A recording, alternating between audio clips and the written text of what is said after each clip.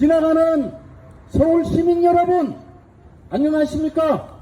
지금 우리 사회는 민생위기가 지구상에서 가장 극단적으로 진행되는 헬조선입니다.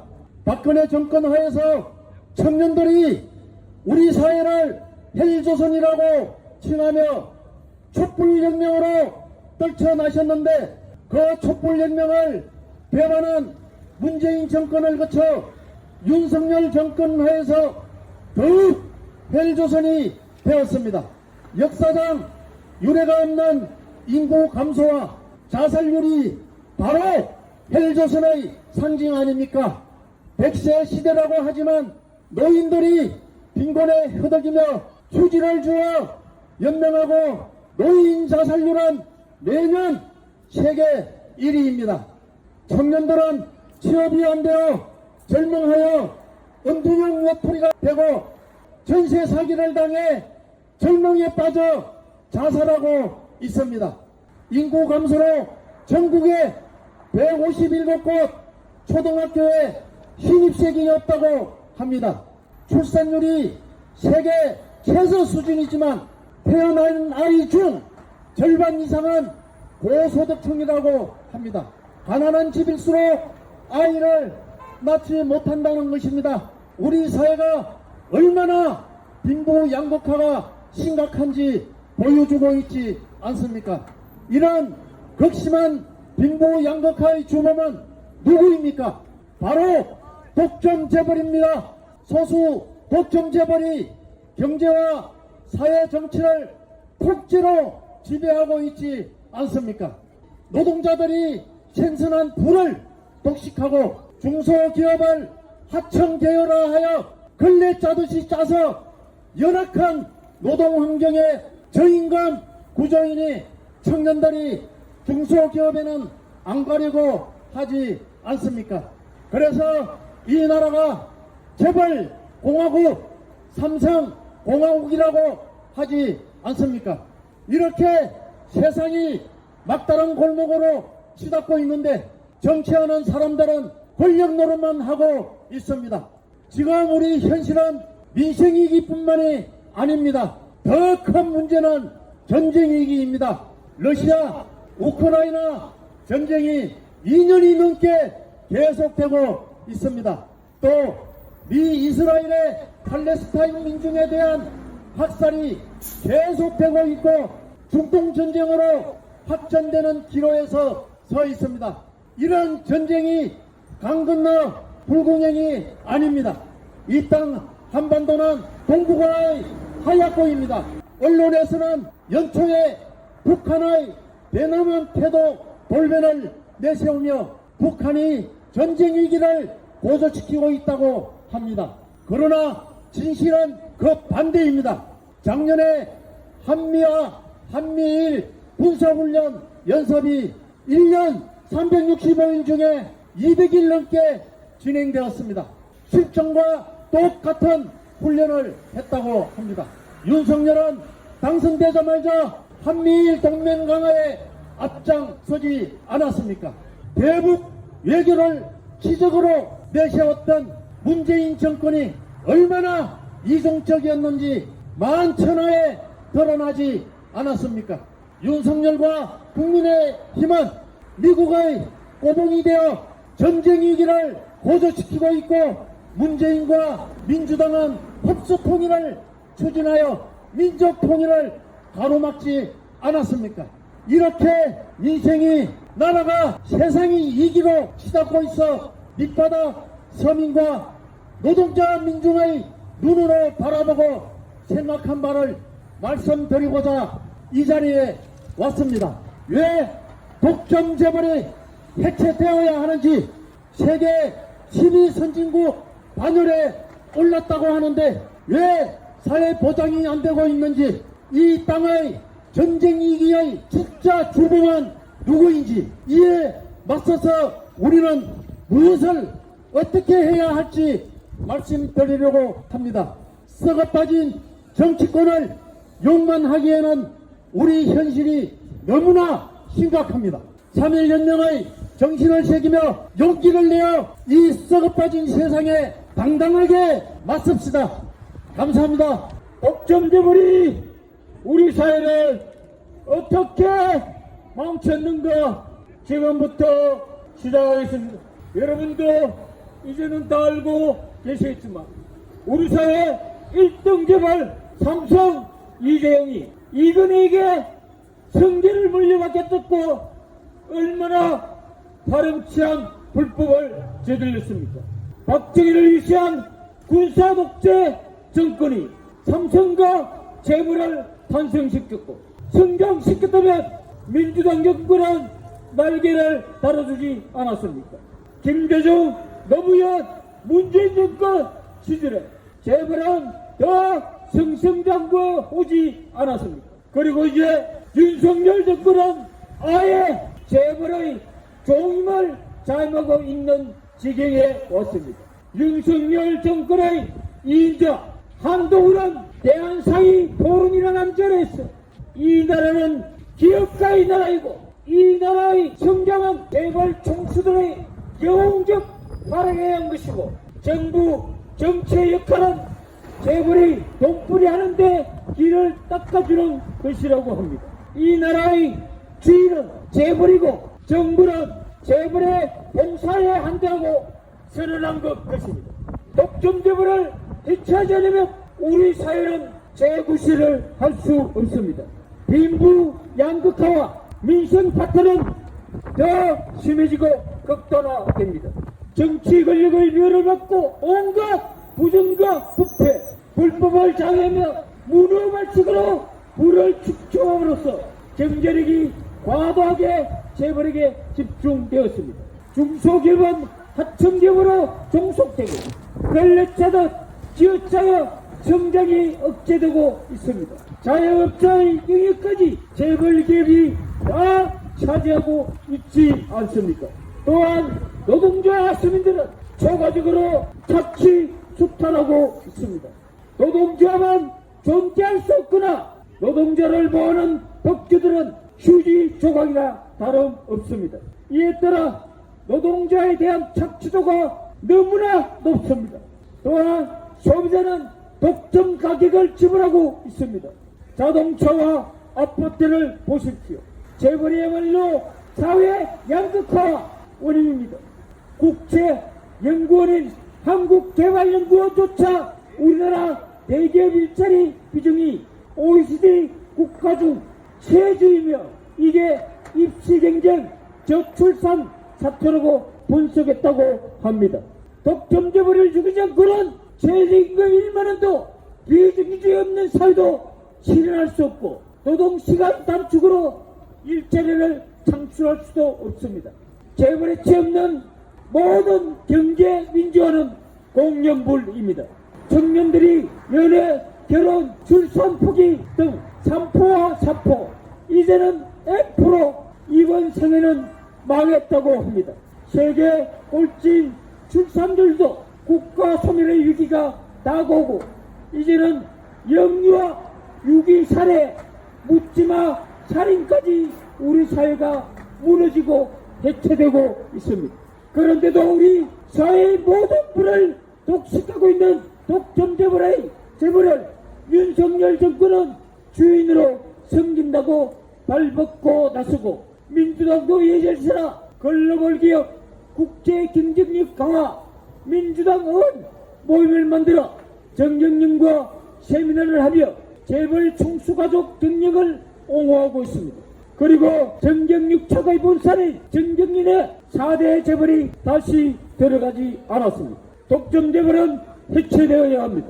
국가 권력은 4년 주기, 5년 주기로 국민회의에 교체됩니다.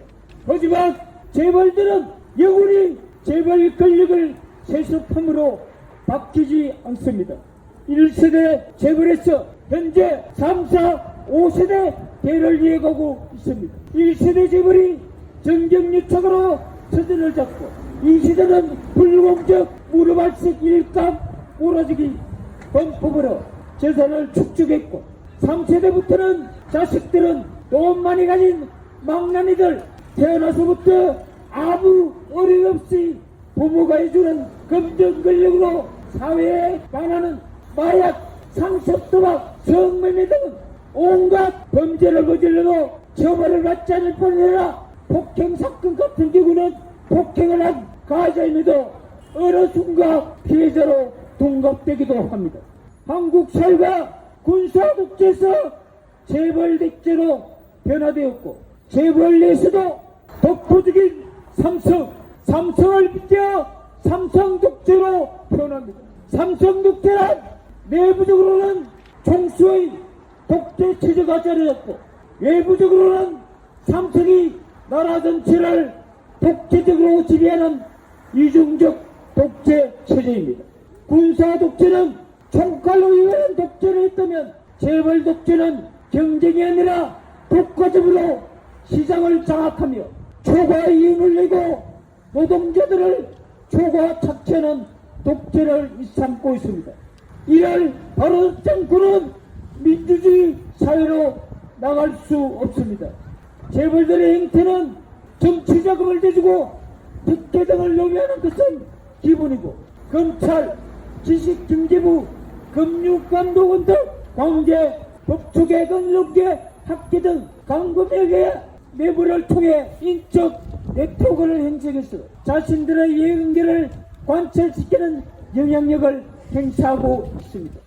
이렇게 우리 사회, 재벌의 사회의 암흑의 존재며 민중들의 피를 빨아먹고 있는 흡혈귀와 다름없습니다. 민중들은 몇십 년 동안 재벌들이 쳐놓은 착취와 수탈에 거물에 걸려 허덕이고 있습니다. 그런데도 마치 재벌이 우리나라를 먹여 살리고 있다는 거짓 이데올로기에 포섭되어 있지 않습니까? 그러나 진실은 독점재벌은 민주의 책임이다. 대한민국은 세계적으로 1위가 많습니다. 가장 나쁜 것에 항상 1등을 달리고 있습니다.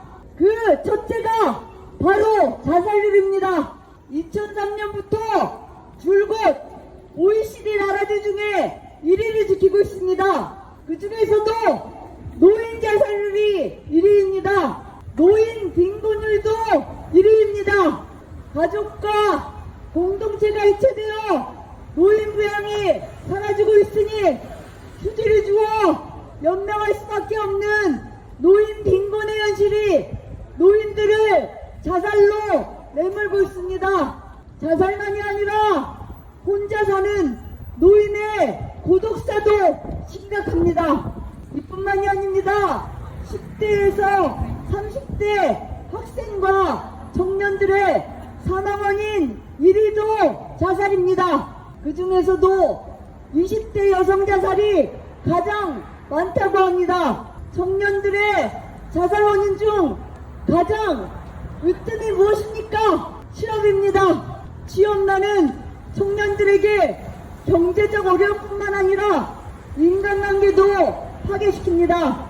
부모는 늙어가는데 자신은 아직도 어른으로 자립하지 못하고 짐이 되고 있다는 죄책감 때문에 경쟁과 소외에 찌들어 주눅들어버린 청년들이 혼자만의 방으로 점점 더 숨어 들어가서 온두형 외톨이가 되고 있습니다. 특히 여성들의 경우 노동시장에서는 여전한 차별의 벽에 부딪히고 있습니다. 채용부터 승진까지 체계적 차별에 시달립니다. 어디 이뿐입니까? 바로 10년 전 2014년 송파 세모녀 사건이 일어났을 때만 해도 우리 사회는 큰 충격을 받았습니다. 그러나 지금은 가족 동반 자살이 끊이지 않고 있습니다. 이런 자살률과 버금가는 1위가 저출산입니다. 지난해 4분기에는 합계 출산율이 0.65명으로 떨어졌습니다. 올해 2월 통계청이 발표했는데 0.72명을 기록했다고 합니다. 더욱이 가난한 집일수록 아이를 낳지 못하는 현상이 심화되고 있습니다. 소득계층에 따른 출산 비율이 큰 차이를 보이고 있는데 태어나는 아이 중 절반은 고소득층이고 저소득층 아이는 10명 중에 1명이라고 합니다. 이 저출산 문제는 촛불혁명을 배반한 문재인 정권이 겹치며 출생률은 급격히 떨어졌습니다. 사회 양극화도 더 심화됐고 집값은 더 폭등해서 내 집 마련 꿈도 더 멀어져 버렸습니다. 또 OECD 1위가 있습니다. 바로 우울증입니다. 36.8%가 된다고 합니다. 10명 중에 4명은 우울증이라는 겁니다. 이것이 대한민국의 민낯이고 현실입니다. 어디 그뿐입니까? 작년에는 묻지마 살인이 유행하였고 갓 낳은 자식을 유기하거나 죽이는 사례도 끊이지 않았습니다. 마약 중독도 나날이 늘어가고 있습니다. 이런 사회가 지옥이 아니면 무엇입니까? 헬조선 아닙니까? 반면에 대한민국은 세계 12위 선진국 반열에 올랐다고 합니다. 작년에 우리나라 1인당 GDP가 34,000달러였다고 합니다. 2024년 올해는 일본을 앞선다고 합니다. 국제통화기금에서 그렇게 전망했는데 한국이 일본을 추월한 건 처음이라고 합니다. 이렇게 사회적인 부가 축적되었는데 왜 대다수 노동자 민중은 지옥같은 삶을 살아야 합니까? 해조선의 지옥같은 현실에서 벗어나려면 무엇을 해야 합니까? 무엇보다 소외와 빈곤을 계속 재생산하는 근원을 뿌리 뽑기 위해 투쟁해야 합니다. 청년들에게 양질의 일자리 보장을 요구해야 합니다. 그러려면 중소기업 일자리를 대기업 정규직 수준으로 높여야 합니다.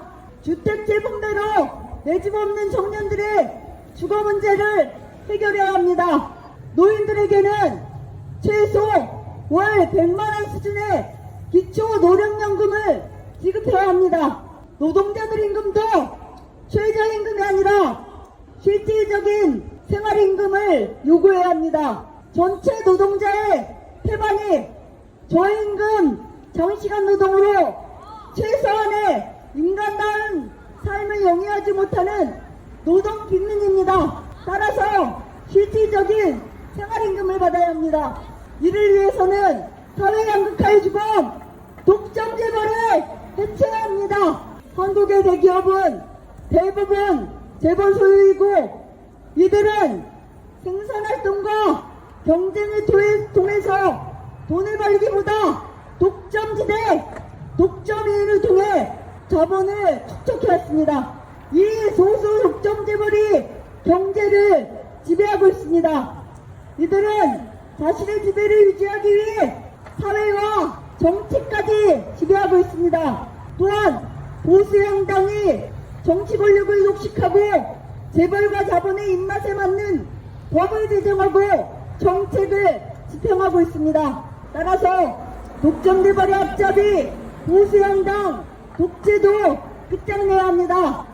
독점재벌을 해체하고 중소영세기업의 지불 능력도 높이고 부자급세가 아니라 세금을 더 거두면 충분히 할 수 있지 않습니까? 이를 위해 투쟁하고 그런 투쟁이 전진하는 속에서 청년들은 삶의 자신감도 얻고 집단적 투쟁 속에서 자살이나 은둔형 외톨이가 아닌 세상을 바꿀 대안을 발견할 수 있지 않겠습니까? 그리고 이와 같은 사회 안정망 수준에 멈춰서야 되겠습니까? 사회 안정망은 최소한의 생존권입니다. 세계 12위 선진국이라면 그에 부합하여 복지국가 수준의 전면적 사회보장 실시를 요구하고 쟁취해야 합니다. 건강과 의료, 보육과 교육은 사회와 국가가 책임지고 보장해야 합니다. 노동시간도 장기적으로 주 5일 하루 6시간으로 단축돼야 합니다. 노후를 행복하게 보낼 수 있는 높은 소득 대체율의 연금제도가 실시돼야 합니다. 오늘은 105주년 3일절입니다. 그 혁명의 정기를 이어받아 우리 스스로 주체하고 정치 권력을 잡아야 합니다. 민주 권력을 쟁취하여 해준선을 변혁하는 투쟁, 진정한 민주주의 혁명을 위해 떨쳐나갑시다. 저는 노동학부 철폐에 대해서 말씀드리겠습니다. 혹시 기억하십니까? 전태일 열사가 자기 몸에 직접 불을 붙여 산하에 가면서도 외치던 말이 근로기준법을 준수하라입니다. 그로부터 반세기도 더 지난 지금은 어떤가요? 오히려 악법으로 또 악법으로 계약되면서 이제는 근로기준법이든 노동자법이든 어떤 법도 우리 노동자의 노동을 대변하기는커녕 자본가의 이익을 챙기는 법이 되고 말았습니다. 근로기준법은 보장되도록 근로조건을 최저기준을 구체적으로 정한 법률입니다. 그러나 상당수의 노동자들은 근로기준법의 보호를 받지 못하고 있습니다. 현행법은 5인 미만 영세 사업장에 대하여 시행령으로 근로기준법의 권리를 제한하고 있기 때문입니다. 5인 미만 영세 사업장의 노동자들에게는 근로기준법이 유일한 근로조건 보호장치입니다. 또한 보급, 위탁 등의 대형태로 노동하는 노동자를 특수형태 근로노동자라는 이름으로 노동자로 인정하지 않는 점도 문제입니다. 이러한 근로기준법의 적용 범위 제한은 대한민국 헌법이 정한 평등 원칙을 정면으로 위배하고 있습니다. 어디 그뿐입니까? 교섭창고 단일화 방안은 교섭대표 노조에 대해 교섭단체의 지위를 부여하고 집단적 노사관계 및 채무적 부분에 대한 권리 일체를 부여하고 있습니다.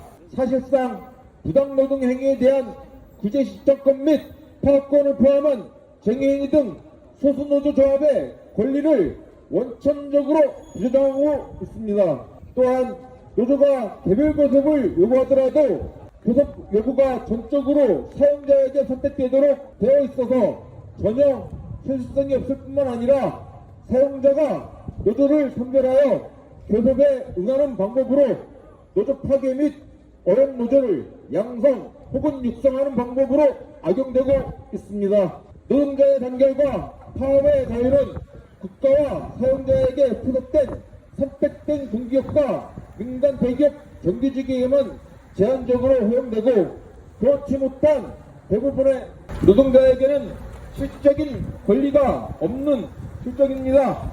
한국의 노동자들은 파업을 하려면 아주 기가 막힌 과정을 통과해야 합니다. 어처구니 없게도 현행법으로는 구제조정과 정리와 같은 병행행위 결정은 파업의 이유가 될 수 없습니다. 혹은 파업을 하더라도 파업이 끝날 때 파업 기간 중에 임금을 요구할 수도 없으며 그것을 받아내기 위한 파업을 할 수도 없습니다.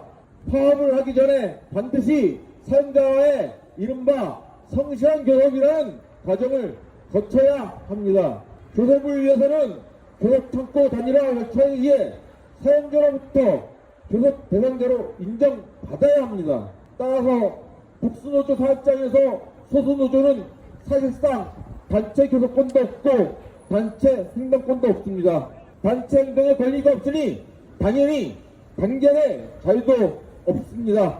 중소 영세사업장의 노동자의 경우 초기업 노조를 만들 수는 있어도 기업별 교섭창구 단일화 과정을 거치지 않고서는 교섭을 할 수 없습니다. 이로 인하여 대다수의 노동자가 중소 영세 사업장의 노동조합은 사실상 존재하지 못합니다. 이와 같은 이유로 우리 대한민국의 노동자의 조직률은 2,500만 명의 노동자 중에 겨우 14%에 불과합니다. 이런 노동악법으로 인하여 노동은 더 이상 존중받지 못하고 사용자들의 배를 불리는 수단으로 취급받고 있습니다.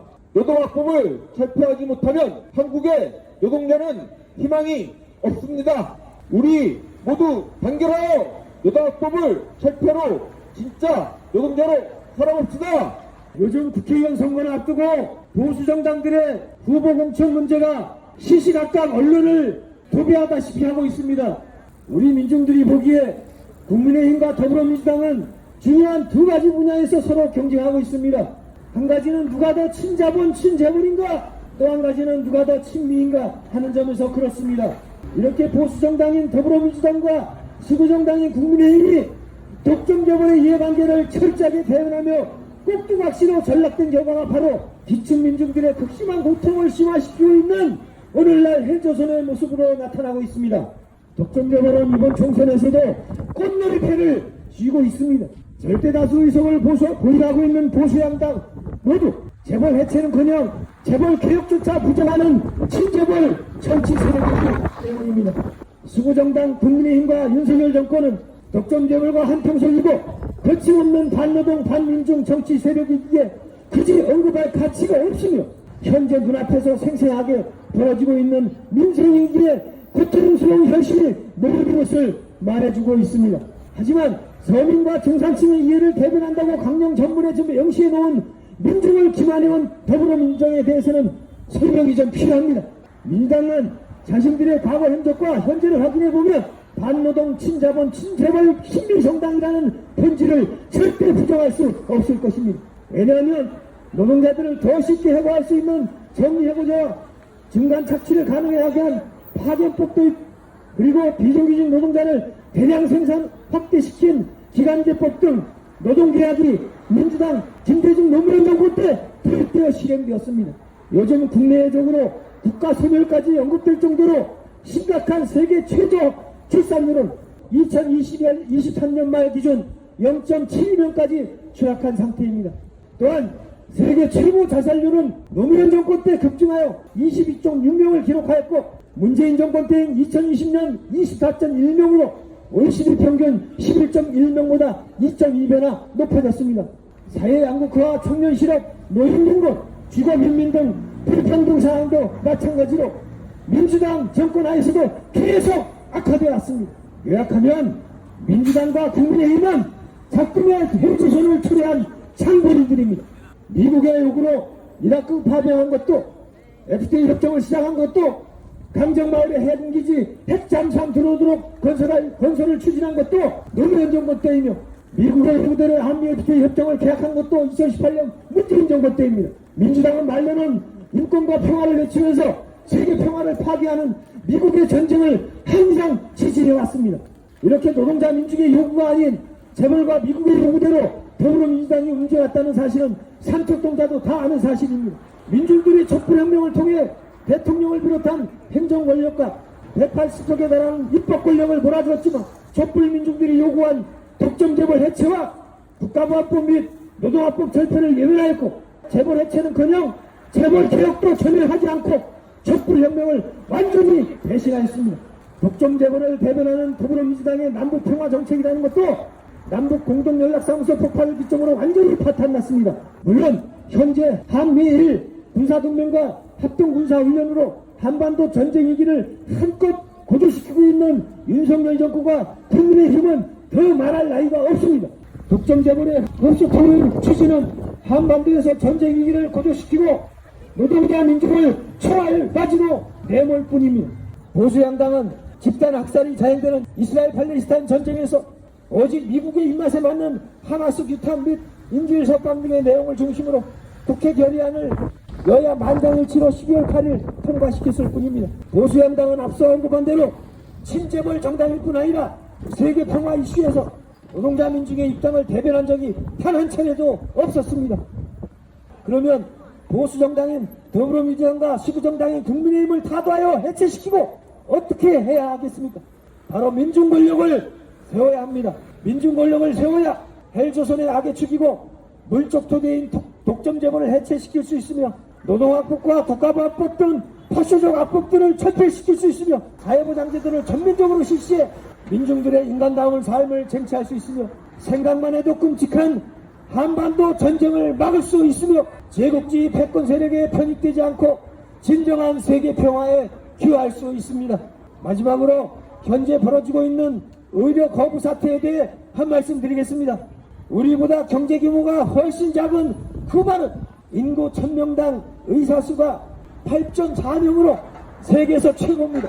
그리고 무상의료, 무상교육을 오랫동안 실시해오고 있습니다.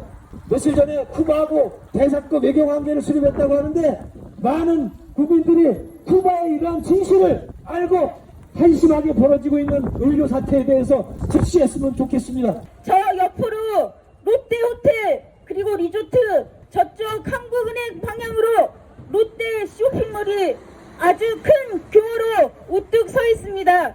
서울 중심부 금싸라기 땅에 롯데타운을 세울 수 있었던 그 비결이 무엇이겠습니까? 정경유착으로 온갖 특혜를 받았기 때문입니다. 그리고 롯데는 재벌 중에서도 정경유착의 고리가 매우 강한 재벌입니다. 롯데는 박정희 정권이 한일 국교 정상화를 추진하던 시기와 맞물려 성장한 재벌인데 1967년 식품회사로 시작한 중소기업이 1970년대에 10대 재벌로 진입했습니다. 국내 재벌 중 최단 기간에 성장한 대표적 재벌입니다. 이것은 외국 자본이라는 이유로 정권과 결탁해서 얻은 특혜가 있었기에 가능했습니다. 롯데 재벌에 대해 폭로할 것이 너무나 많지만 대표적인 몇 가지를 말씀드리겠습니다. 막장 드라마 같은 가족사가 그 첫 번째입니다. 막장이라고 하면 역시 불륜 아니겠습니까? 롯데 창업주 신격호는 첫 부인을 얻자마자 얼마 안 가 일본으로 가서 추인금 제조로 성공했습니다. 그런데 이 부인을 외면하고 일본 여성 시케미치 하시코와 결혼을 했습니다. 그것도 모자라 미스 롯데 출신의 서미경과 불륜을 저질렀습니다. 서미경 모녀에게 706억을 증여하고 유한실업이라는 정체못을 회사를 세워 매점 운영권을 헐값에 넘기는 등 롯데그룹 전반에 774억 원의 손해를 입혔습니다. 또 있습니다. 롯데 재벌의 갑질입니다. 유통산업에서 빚돈은 말할 것도 없고 심지어 롯데마트와 롯데백화점에서 일하는 노동자들이 직장 갑질로 인해 자살하는 사건이 있었습니다. 뿐만 아니라 청년유니온에서 뽑은 서비스 부분 직장 갑질 대상으로 롯데가 선정되기도 했고요. 무엇보다 롯데 재벌의 제일 큰 막장은 그룹 지배권을 갖기 위해 장남과 차남이 아버지를 치매 환자로까지 만들면서 난을 일으켜 아버지마저 쫓아내고 차남 신동빈이 왕좌에 앉은 것 아니겠습니까? 이때가 박근혜 정권이었는데 왕좌의 난으로 시끄러운 롯데 재벌이 타겟이 되어 검찰이 칼을 들었습니다. 검찰의 경영비리 수사가 진행되고 재판에서 신동민은 아버지를 치매 환자로 몬 것도 모자라 아버지가 저지른 비리라 항변하며 선처를 구했다고 합니다. 신동빈은 집행유예로 풀려나고 신격호는 실형을 선고받았습니다. 이런 막장 콩가루 집안이 어디 있겠습니까? 이것만 보더라도 롯데 재벌은 도덕적으로도 파탄났을 뿐만 아니라 왕좌에 나온 가정에서도 피가 났듯이 불법 비리, 정경유착 저지른 범죄 기업 집단임을 알 수 있습니다. 그렇기 때문에 롯데 재벌은 해체되어야 합니다. 왕좌의 난에서 볼 수 있듯 이렇게 총수와 그 일가가 비정상적인 방식으로 그룹을 지배할 수 있는 것은 무엇이겠습니까? 그것은 평균적으로 총수가 0.9% 정도 지분을 갖고 있다고 합니다. 계열사에. 그 일가까지 포함하면 2.5% 정도밖에 안 됩니다. 그렇게 적은 지분으로도 그룹을 지배한다는 게 말이 됩니까? 우리나라 재벌들은 여전히 불법임에도 불구하고 상호 출자, 순환 출자 방식으로 꼬리에 꼬리를 물듯 엮여서 그룹을 지배하고 있습니다. 롯데는 그 중에서도 으뜸 중에 으뜸이라고 합니다. 2015년 공정위에서 발표한 롯데그룹 지분 구조를 보면 계열사 간에 무려 415개의 화살표가 서로 맞물려서 반도체 직접 회로보다도 훨씬 더 복잡한 지배구조라는 말이 전설처럼 전해질 정도였다고 합니다. 이런 복잡한 과정을 통해 진짜 롯데의 주인을 찾기 위해 롯데그룹을 진짜 주인은 호텔 롯데라는 것이 밝혀졌습니다. 그런데 이 호텔 롯데의 최대 주주를 또 화분이 일본의 광윤사라는 골판지를 만드는 직원 3명밖에 없는 회사라고 합니다. 어떻게 직원 3명의 불펀지 회사가 이 거대 그룹의 주인이라고 할 수 있겠습니까? 그리고 또 L투자회사라는 L1부터 L12부까지 있는 그 정체를 알 수 없는, 그래서 금감원조차도 이 기업이 도대체 어떤 기업인지 파악하라고 해서 그 소재지를 알아보니 일본의 대문에 시게미츠 다케오라는 이름이 써 있었다고 합니다. 그게 바로 신격호의 일본 이름이었습니다. 이렇게 물실경영, 봉건적 경영으로 이어가고 있는 롯데재벌은 해체돼야 마땅하지 않습니까?